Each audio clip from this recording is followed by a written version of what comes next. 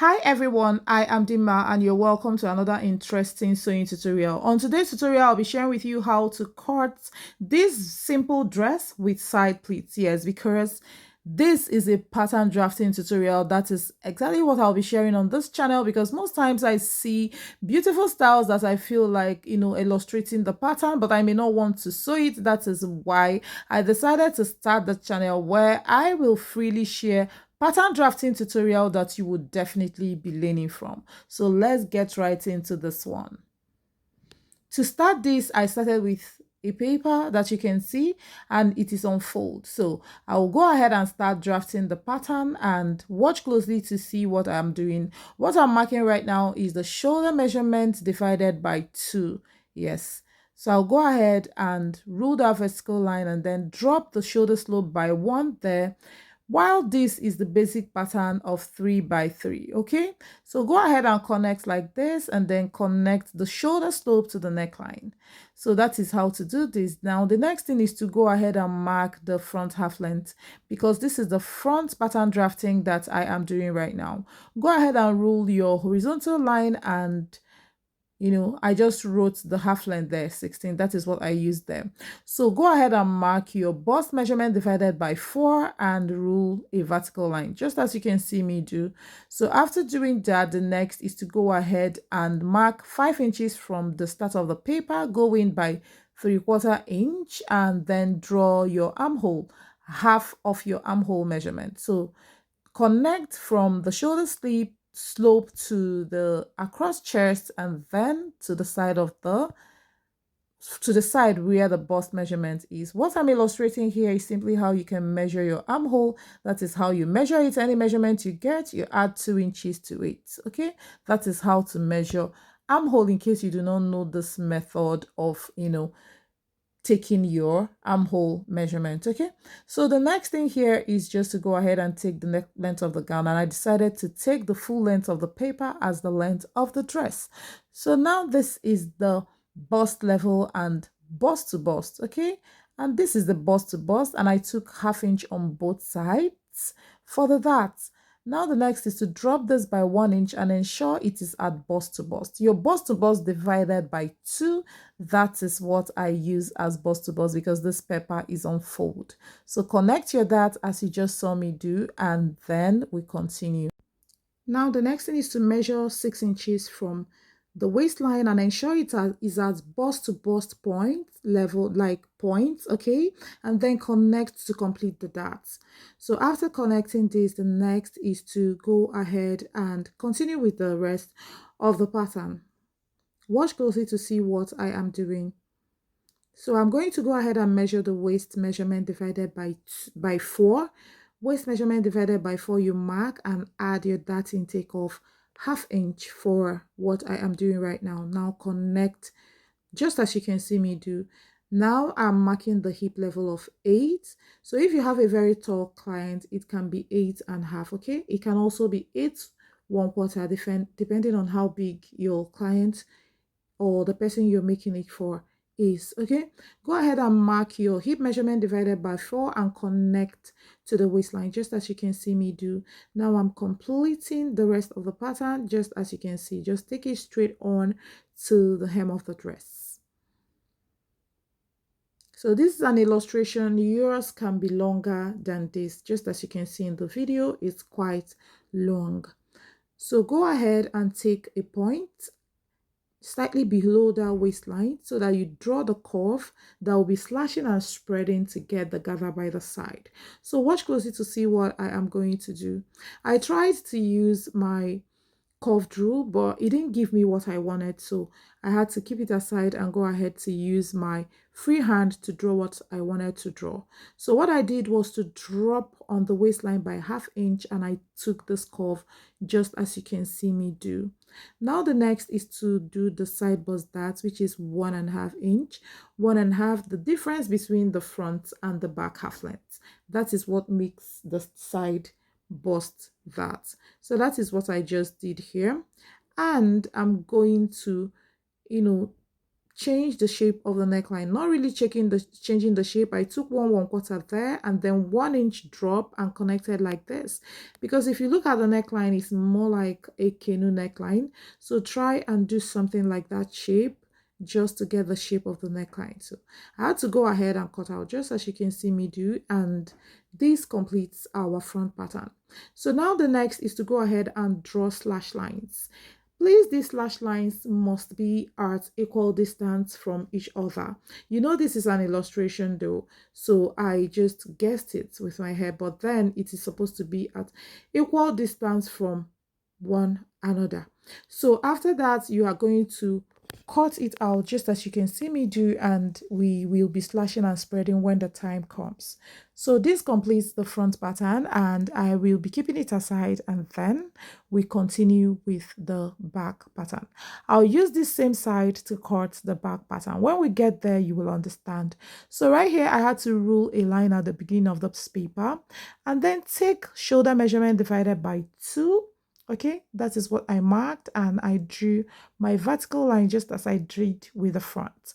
Now the next is the basic neck of 3/1. That is what I used for the back, and I will use my curved rule to connect just as you can see me do. So after that, I'm dropping this by 1 inch and I'll connect to the neckline just like so. Now, after that, I will take the bust measurement divided by 4. Anything your bust measurement is, divided by 4. Like when it's 40, divide by 4 to get 10. That is 40 divided by 4, and that is 10. So right now, I took 5 inches down and came in by 1/2 inch. And that is what I'm using to measure my armhole. So armhole measurement divided by 2, and that is what I marked.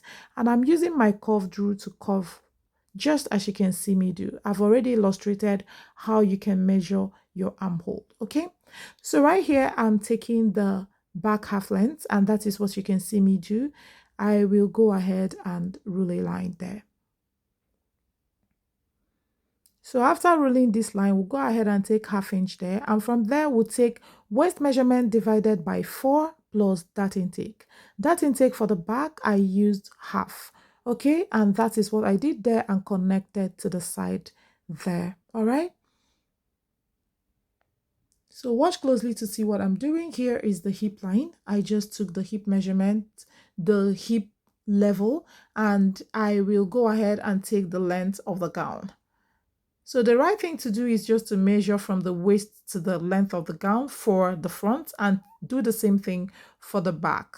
Okay, so right here, I had to take the hip measurement divided by 4 and marked it. I'll connect to the waistline just as you can see me do, and I will connect from the hip to the hem of the dress. Just straight up to the hem of the dress. And this is what it looks like. So now I am going ahead to mark the curve that I used for the back, and I'll be using the front curve. The pattern that I cut out from the front is what I'll be using for the back. And at this stage, I noticed that it's longer than the back length. Yes, that means there is an error, and that is why I said you have to measure from the waistline to the hem of your front and use the same for the back, because from the waist to the hem is the same for front and back. Okay, it's only the half length from the shoulder to the waist that is different for front and back. I hope you understand. So that is the easiest way not to have error in the length of your gown. So that is what I corrected right now, and I had to extend this line to meet the new line, which is the correct length of the back. I hope this makes sense. So having done that, I'll just place my pattern like this and go ahead and draw it out. So if you have a tracing wheel, you can as well use your tracing wheel. I felt I could use it. My tracing wheel was there, but I felt I was okay using just my hand, and that is my marker, to just carve it out like that. So right here, I had to go in by 1/4, you remember, and I connected to the back neckline. So I dropped the back neckline by about 1 inch just to give me that canoe-like shape for the back, but you can see that the back is not as dropped as the front. So I had to go ahead and cut it out just as you can see.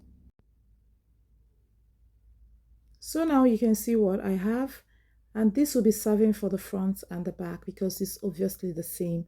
I'll be keeping this aside while I slash and spread this. So I had to get a new paper, fold it just as you can see me do, and I will go ahead and cut all of those slash lines and then spread it.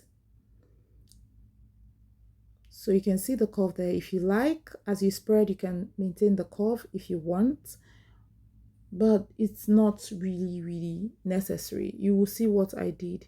So I first rolled a line just as you can see me do, and then cut out all of these patterns so that I'll start spreading. But then because I do not want a joining at that side, I decided to turn the paper and rule another line. So that is what happened here. So now the fold is right, the place that you can see just where I'm pointing, that is where the fold is right now. So you have to go ahead and spread all of these pattern pieces just as you can see me do. Spread it equally depending on how full you want your gathers to be, but 2 inches is fine for the spread. But if you want it to be fuller than that, you can go ahead and spread more than that. So you can see how I'm connecting it from one tip to the other. I'm using the sharp tips, the end of like the higher part of the paper is what I connected with my marker. So I had to go ahead and cut it out. So this is the pattern, the new pattern we'll be using. I had to remove my pins and remove the pieces because this will be the new pattern now. Okay, so right here I have to bring this out and illustrate how the gather is going to form on it. So you can see what I'm doing right here because this is how the gather is going to form. But then I'll be using masking tape to tape down some places so that you understand perfectly how this is going to go. So what I will do first is to stitch the dart. You can see that. So just go ahead and stitch your dart. If you don't want your dart to be there, you can as well, draw a line from the shoulder to the bust point, and of course transfer the side bust dart to the shoulder. But that means there will be a line running from the shoulder straight on across the bust and taking care of the darts. I hope this makes sense. But then I feel stitching the dart just like this is still fine. So go ahead and stitch your dart, and you can see that the side is matching perfectly now because the dart for the front has been taken in. So after this is when you're going to now gather. Okay, this is how you're going to do it. When you're cutting your pattern, you're going to use 1/2 inch all through except the side of the bodice, and of course the zipper allowance. Every other side is a 1/2 inch seam allowance that you're going to use. And if you use a cloth like cotton, is fine. If you use Mikado silk, you can use variety of fabrics to do this very style that it will still come out really nice. Okay, you can use ankara to do it. It will still come out perfectly well. So you can see what I am doing. I'm just trying to stick this out so that you see very well what it looks like when you gather it. If you enjoyed this tutorial, give me a thumbs up and do not forget to share and comment. Tell me what you think about these videos. If you like it and you want me to share more of this, of course I'll be sharing more of this pattern drafting. In fact, that is what I'll be sharing on this channel, and this is the first video on this channel. Do not forget to subscribe and also turn on your notification bell to be the first to know each time I upload my videos. You can see how beautiful this dress is looking even on paper. Are you going to try it out? You can see how it's looking like the original pattern, and they have the same white color as well. You know you are going to take your dart, right? Because the dart has not been taken. You know that this is paper. I mean the waist that I only try to take in the side bust dart. So try and do this and let me know what your results are. Of course, I know it's going to come out perfect. Thanks for watching, guys, and I will see you in my next one. I love you all. Bye.